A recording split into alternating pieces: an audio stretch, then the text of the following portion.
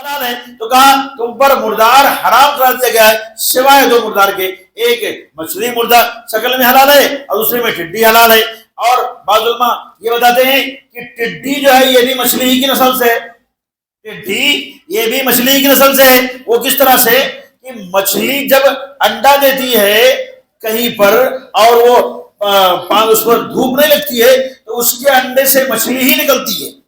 اور جب اس کو کبھی دھوپ لگ جائے تو اس سے پھر ٹڈی بنتی ہے. اس سے ٹڈی بنتی ہے. یہ اللہ کی مصلحت ہے. تو وہ اسی کی جنس سے ہوئی. تو اس طرح سے مچھلی اور ٹڈی کو حلال قرار دیا ہے وہ اگر مردہ ہے تو بھی. تو فرمایا حرمت علیکم المیتۃ والدم، تم پر حرام کیا گیا ہے مردار اور خون. خون سے مراد بہتا ہوا خون. دوسری آیت بتاتی ہے جیسے 8ویں پارے میں کل اجد فیما اوحی الی محرما علی طاعم یطعمہ الا ان یکون میتا او دما مسفوحا.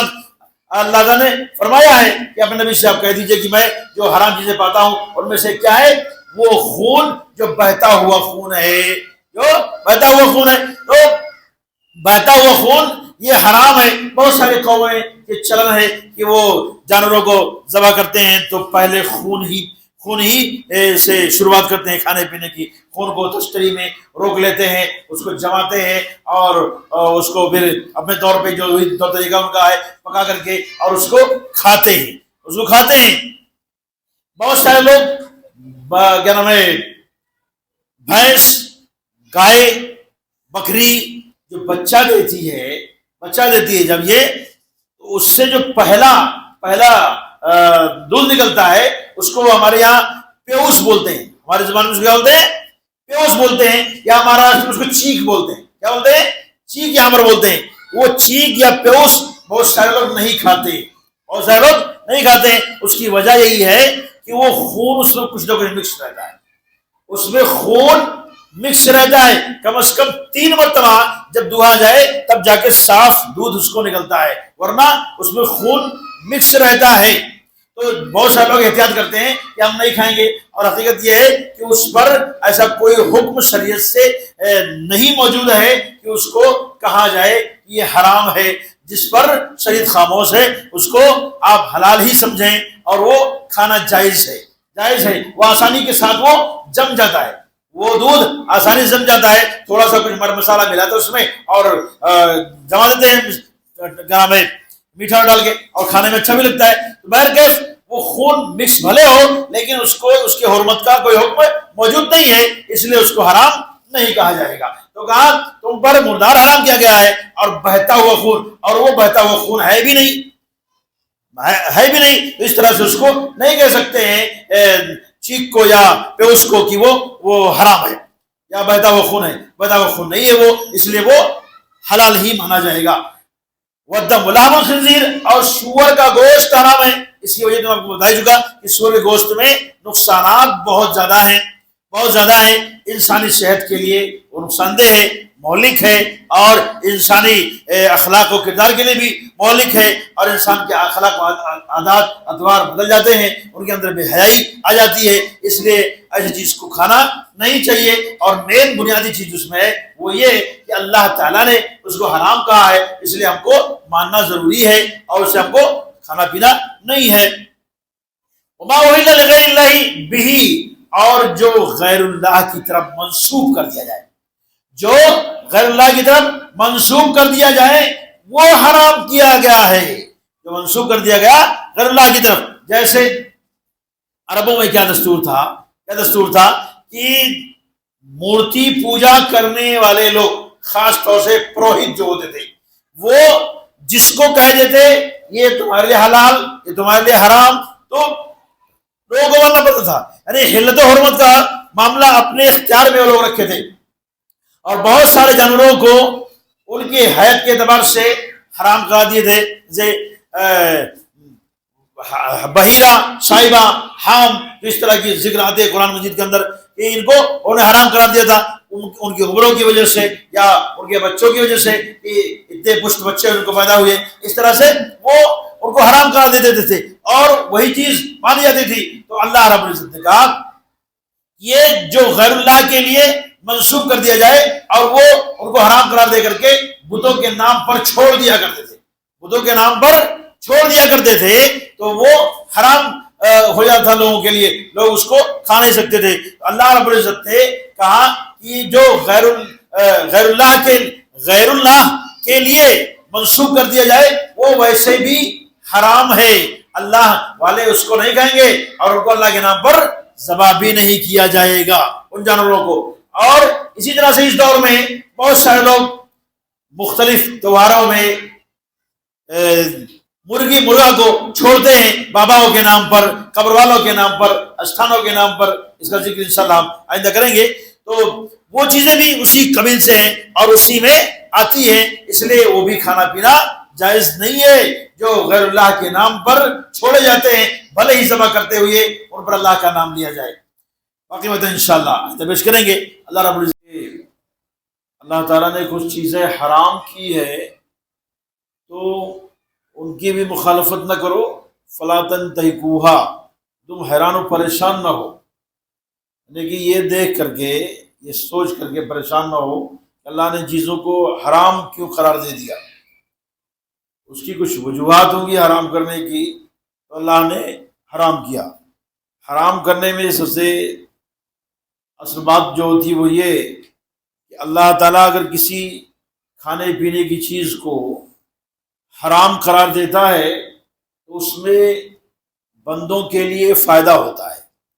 حرام قرار دینے کے جو اصول ہے وہ یہی ہے کہ اگر کوئی چیز ہے تو اس میں وہ اور لوگوں کے استعمال میں ہے، اس میں اگر نقصان مکمل طور پہ پایا جاتا ہے انسانی زندگی کے لیے تو ایسی صورت میں اس کو حرام کر دیا گیا ہے، حرام کیا جاتا ہے اسے۔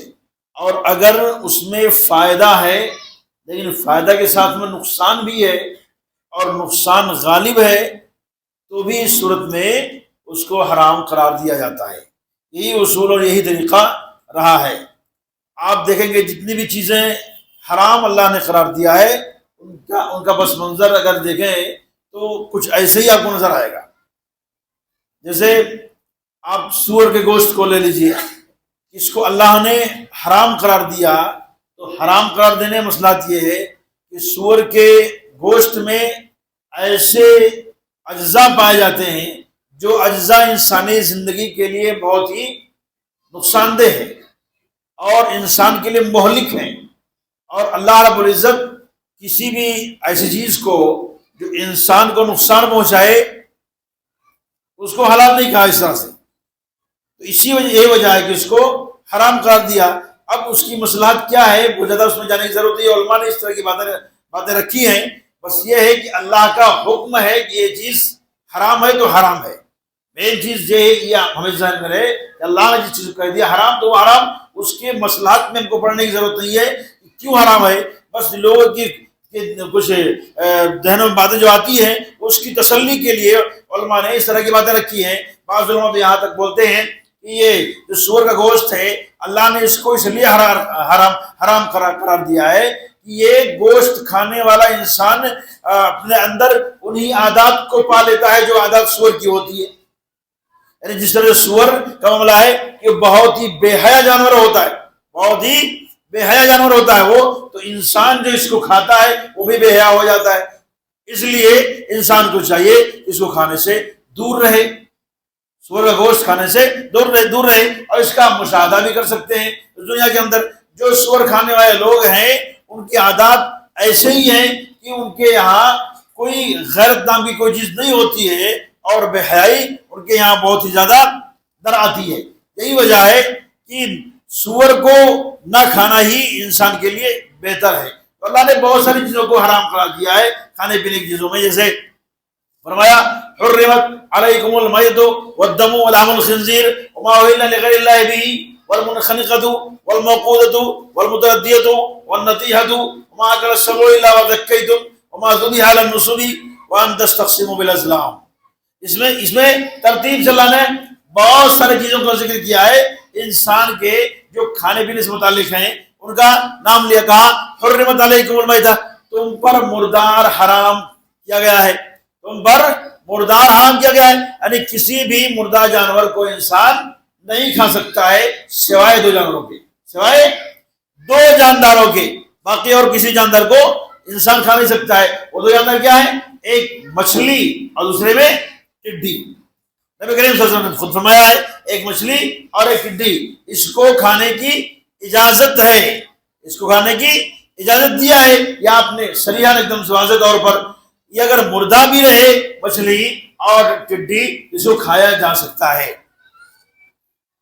مچھلی کے اندر خون نہیں ہوتا عمومی طور پہ، کوئی ہو مچھلی تو اس کی بات الگ ہے، ورنہ عموماً ان کے اندر خون نہیں ہوتا، یہی وجہ ہے کہ ان کو ذبح کرنے کی ضرورت بھی نہیں پڑتی ہے، ان کو ذبح کرنے کا جو حکم نہیں دیا گیا اس کی وجہ یہی ہے۔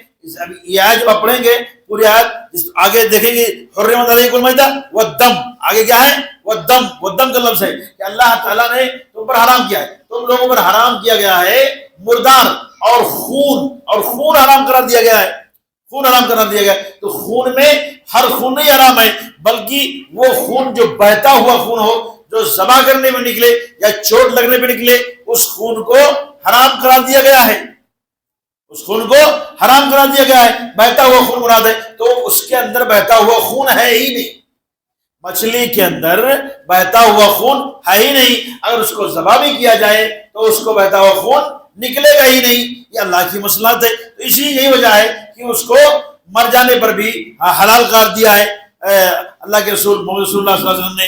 اس لیے مچھلی